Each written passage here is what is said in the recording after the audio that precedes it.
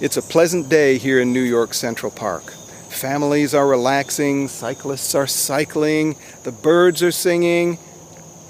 But here's the thing, I'm not really in Central Park. I'm in my backyard in North Carolina. It just looks like I'm in Central Park. And I might just as easily be in Paris, or Cape Canaveral, or Yellowstone, or on a battlefield. Seems like magic, doesn't it? But it's actually pretty easy. It's done using a technique called chroma key, or green screen. In order to pull off the illusion, you need three things: a solid color background, video footage of the background you want to be in front of, and an editing program with chroma key capability. In my case, I use Final Cut Pro. Now, if you're a financial advisor, I know what you're thinking right now. I could put myself in front of a really cool, high-tech background and play some really cool music. No, I want you to put that out of your head right now. If you use an artificial background, your video is going to look artificial. And one of the main things we're shooting for is authenticity. Less is more. Just because you can do something doesn't mean you should do it. Okay, so if you still want to learn about it, here's a few tips for making a chroma key video. Tip 1.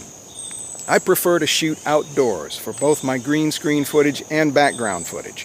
Unless you're an expert videographer and have all the right lighting equipment and lots of time to experiment, you're almost always going to get better results outdoors. Tip 2. If you are shooting outdoors, remember that overcast days like this are ideal. But you can also shoot early in the morning or in the shade, so long as the shade isn't too dark. Tip 3. You want the light in the background to be the same as the light on the subject. We want to match those two up as much as possible. It's not always possible to get it perfect, but get as close as you can. Tip 4.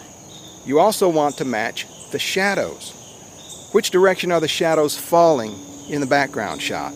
Once you know that answer, make sure that you set up your green screen shot so that the shadows are falling in the same direction. Because if the shadows aren't pretty closely matched in the finished video, viewers will sense that something's wrong. Tip 5. The background must be stable. When you're going out and shooting background footage, here's how you do it. Mount your camera on a tripod, frame your shot, press record, and then walk away until you've gotten enough footage. I like to get about 1.5 minutes to 2 minutes of background footage. It kind of ruins the effect if your background is unstable, having an earthquake, while your subject is rock steady.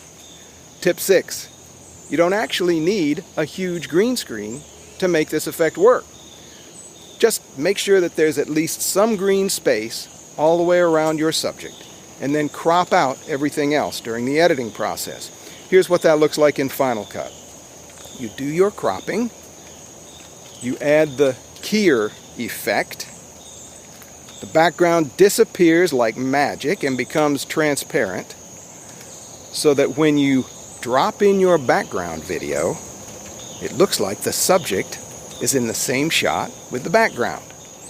One last tip.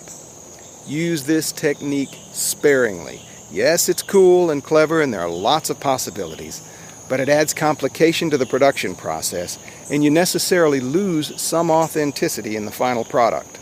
Keep it simple, keep it authentic, and you won't go far wrong.